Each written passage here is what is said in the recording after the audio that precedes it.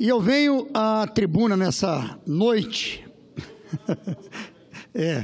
eu venho a essa tribuna nessa noite para falar sobre a intervenção federal no Rio de Janeiro e as dificuldades de sua operacionalização. Senhor presidente, há cerca de 2 meses nesta casa, tive a satisfação de relatar o projeto de decreto legislativo que autorizou a intervenção federal na área de segurança pública do Rio de Janeiro. Desnecessário dizer que a grave situação vivida pela população fluminense demandava atitudes contundentes por parte do poder público. O Estado do Rio de Janeiro não dispunha mais de condições para enfrentar a crescente criminalidade que cada vez mais cooptava funcionários públicos, segurança estaduais, para que, melhor dizendo, cooptava funcionários públicos, saqueava a população e assassinava centenas de trabalhadores e crianças inocentes. Caso nada fosse feito, senhoras e senhores senadores, iríamos testemunhar a derradeira falência do Estado, deixando o povo de bem vencido pelo tráfico, pelas milícias e pela corrupção. Passados 2 meses, é possível atestar verdadeiro empenho de homens e mulheres do nosso Exército e das forças de segurança estaduais, para que hoje não estejamos em contexto ainda pior e mais dramático. Contudo, senhor presidente, ainda restam vários obstáculos para uma implementação efetiva de atividades de combate à criminalidade. No dia 28 de março último, o governo federal editou a medida provisória número 825, que abriu crédito extraordinário para as operações no Rio de Janeiro, no valor total de 1,2 bilhão de reais. Registro aqui que, participando de uma reunião da Comissão da Câmara dos Deputados, junto com o Gabinete de Intervenção, com o general Braga Neto, também com o general Richard, que ocupa a posição de secretário de Segurança, ali nós ouvimos que seria necessário 1,5 bilhões de reais. O governo federal liberou 1,2 bilhões, isso é o valor estimado para o tempo total da intervenção. Então, na verdade, não é nem o recurso ainda que vai ser necessário mais recursos, sem dúvidas. Mas sabemos ser impossível fazer políticas públicas estruturantes de segurança sem investimento na atividade de inteligência, na intensificação do policiamento e na aquisição de equipamentos adequados. Apesar disso, nos últimos dias, tenho recebido notícias de que, até o momento, os recursos autorizados ainda não chegaram às atividades no Rio de Janeiro. Conforme salientou o interventor federal, o general Braga Neto, o motivo da demora na liberação de recursos residiria, em grande medida, nos entraves burocráticos do Poder Executivo, sobretudo na Casa Civil. Exemplo disso é o fato de que somente na quinta-feira passada, depois de apelo de parlamentares e de lideranças do meu estado, inclusive apelo que eu também fiz aqui, usando a tribuna do Senado, o governo federal, após esses apelos, finalmente oficializou a criação de cargos no gabinete de intervenção, bem como a nomeação do seu titular. Tratava-se de condição essencial para a liberação e para a execução dos recursos. Essa demora injustificada, na minha opinião, e realmente registro aqui uma demora realmente inexplicável, uma demora injustificada depois de quase 1 mês e meio da aprovação do decreto aqui, mas foi finalmente na quinta-feira, como falamos, foi oficializada. Essa demora, apenas para se ter uma ideia, ocasionou o atraso, o adiamento de 63 operações dentro do plano de intervenção. Então, eu quero aqui registrar, já registrei mais uma vez, que essa demora é injustificada e não podemos nós, enquanto poder público, não pode o governo federal, não podemos nós, enquanto poder público, ficar batendo cabeças, porque o crime organizado, ele tem agilidade, ele tem rapidez, ele tem recursos, ele age rápido, enquanto nós, 1 mês e meio, demorando para que se nomeie o interventor, para que se possa, então, liberar os recursos. Quer dizer, eu registro aqui, como relator da intervenção e atento ao que está acontecendo, e sendo senador do Rio de Janeiro, eu falei várias vezes aqui, não podemos passar por essa situação. Não faz sentido que regras e formalismos excessivos venham a atrapalhar essa, que é uma medida essencial para a recuperação do Rio de Janeiro. É como já falei também, se a intervenção ela é uma condição de excepcionalização, então ela tem que ser tratada de forma excepcionalizada também. Não pode a burocracia atrapalhar e fazer com que a intervenção, as operações da intervenção sofram esse dano. Imagine 63 ações já planejadas, organizadas, prontas para ser executadas, tendo que esperar mais alguns dias ou mais algumas semanas. Quantas pessoas poderão morrer por isso? Quantos crimes poderão ser praticados por causa disso? Então, nós temos que tratar com responsabilidade esse assunto. Destaco que, após aprovarmos a intervenção federal, um remédio de nossa Constituição que reconhece a necessidade de ações urgentes, não faz sentido algum a continuidade desses entraves burocráticos. Além disso, são vários os relatos de que a aplicação do dinheiro ainda carece de planejamento mais adequado, com informações desencontradas e poucos detalhes sobre como as verbas serão empregadas. Por isso, quero aqui também, mais uma vez, já falei várias vezes com o presidente do Senado, nosso presidente senador Eunício, eu já pedi, já cobrei e registro aqui na tribuna que eu já pedi, já cobrei e quero a instalação da comissão externa do Senado para acompanhar a intervenção. Vou fazer parte dessa comissão e peço ao nosso presidente, eu sei que ele está em viagem oficial, mas assim que retornar, que ele possa instalar essa comissão do Senado, essa comissão externa, para acompanhar, então, a intervenção. Ao meu ver, são atitudes que, se não evidenciam amadorismo na gestão de recursos, demonstram descaso para com os moradores do Rio de Janeiro. A meu ver, os únicos beneficiados por esses problemas são os traficantes, são aqueles que cometem os crimes, são os criminosos. Traficantes de drogas, assassinos de pessoas inocentes e aqueles que promovem arrastões e o crime organizado. Prova disso é a violência desenfreada que desafiam a tropa. No primeiro mês da intervenção, que, vamos dizer, o primeiro mês cheio da intervenção, que foi o mês de março, nós tivemos, nesse primeiro mês, por incrível que pareça, um aumento dos números dos índices de violência. Prova disso é a violência desenfreada que desafiam as tropas. No primeiro mês da intervenção, roubos de carros, cargas e a pedestres atingem os piores patamares da história. Segundo matéria publicada hoje pelo jornal O Globo, foi registrado, por exemplo, um aumento de 7,1% nos roubos de veículos, que saltaram de 5.002 no mesmo mês do ano passado para 5.358 veículos roubados no mês de março, resultando a pior marca desde 1991 para o mês de março. É como se um automóvel fosse levado por assaltantes a cada 8 minutos no estado.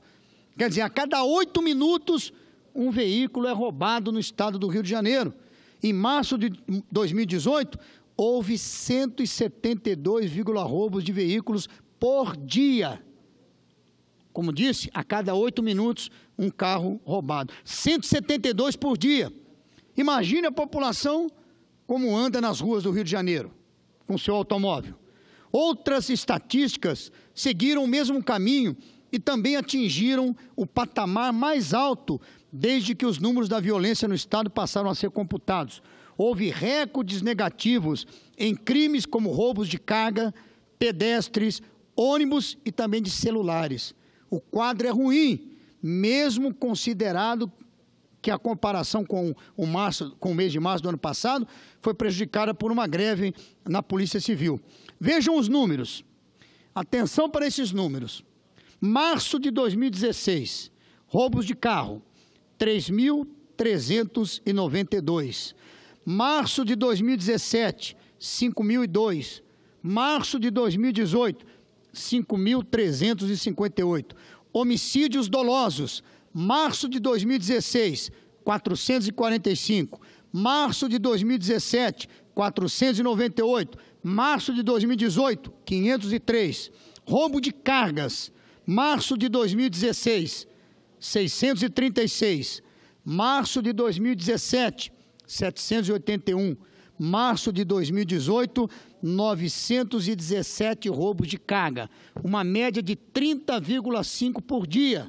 Então, 30 caminhões, 30 roubos de carga por dia no Rio de Janeiro, o que se tornou uma nova modalidade de negócio para o crime, principalmente o crime organizado. 30 caminhões, 30 roubos de carga por dia no estado do Rio de Janeiro. Não sou especialista em segurança, fui o relator da intervenção, mas para mim me parece muito óbvio, se eu tenho conhecimento, se todos têm conhecimento, que numa faixa de 5 quilômetros da Avenida Brasil é onde mais acontece roubo de carga, para mim é muito simples, é só você reforçar o policiamento naqueles 5 quilômetros. Para mim parece bem simples, não precisa de muita inteligência nem de muito serviço de inteligência. Para mim seria realmente a presença ostensiva naquela região, naquela área. Roubo de celular, março de 2016, 1.448. Março de 2017, 1.937. Março de 2018, 2.188 celulares roubados. Roubos em ônibus, março de 2016, 909. Março de 2017, 1.306. Março de 2018, 1.389. São números, sim, assustadores, numa crescente perigosíssima. Tudo que não precisamos agora é de burocracia. O Rio de Janeiro passa por um momento muito difícil. Apesar dessa conjuntura, ressalto que merece elogio o empenho do general Braga Neto para com o sucesso da intervenção no Rio de Janeiro. O general não tem medido esforços em buscar mais recursos para as operações de segurança. Inclusive, registro aqui, participei da reunião, como eu disse, com a comissão da Câmara. Na última terça-feira tivemos uma reunião. Hoje eu recebi aqui no Senado, no cafezinho do Senado, eu conversei com o general, que me trouxe, sim, senador, olha, eu posso garantir ao senhor, as ações estão planejadas, o serviço de inteligência está em pleno funcionamento, nós vamos ver uma curva de mudança, nós até esperávamos isso, até como um efeito colateral, mas pode ter certeza, e aí eu quero registrar, porque eu cobro, mas também quando eu tenho que falar aquilo que eu concordo, eu registro. Então, eu fiquei, de certa forma, tranquilizado com as informações que o general me trouxe, o general Marco Aurélio, mas eu vou continuar acompanhando passo a passo e dia a dia. Então, eu cumprimento, realmente reconheço o esforço do general Braga Neto, que não tem medido esforços. Como exemplo, é possível criar a negociação para que os fundos recuperados pela Operação Lava Jato no Rio de Janeiro sejam direcionados à intervenção. Não há nada mais justo do que utilizar o dinheiro roubado do nosso povo para o combate da criminalidade e para proteger as famílias dos indivíduos que efetivamente cumprem suas obrigações como cidadãos.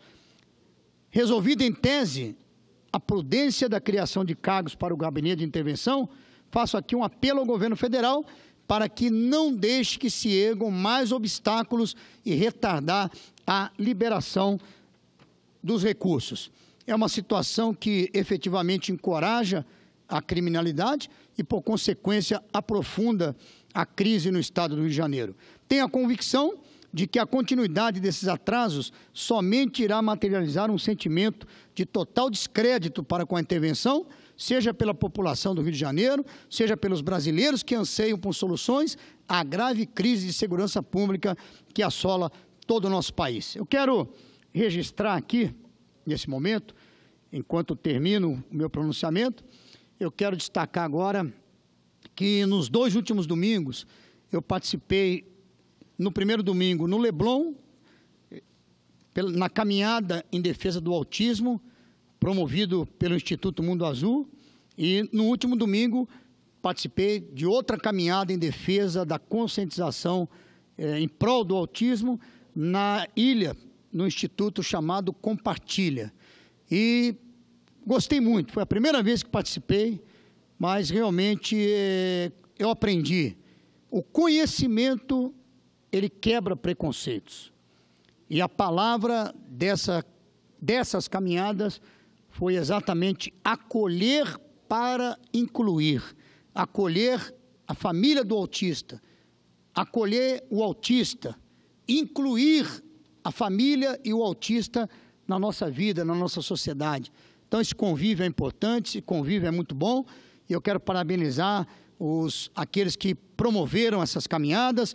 Registro aqui, de forma muito especial, a atuação da vereadora Tânia Bastos, no Rio de Janeiro, vereadora do PRB, que já conseguiu aprovar 6 leis na Câmara Municipal em defesa do autismo. Uma delas exigindo que todos os estabelecimentos comerciais do Rio de Janeiro, da cidade do Rio de Janeiro, tenham um atendimento prioritário para a família do autismo, usando o laço que é símbolo internacional do autismo. Parabéns, então, a todos, parabéns à vereadora Tânia Bastos. Ontem, instalamos aqui no Senado a CPI dos cartões de crédito e do cheque especial.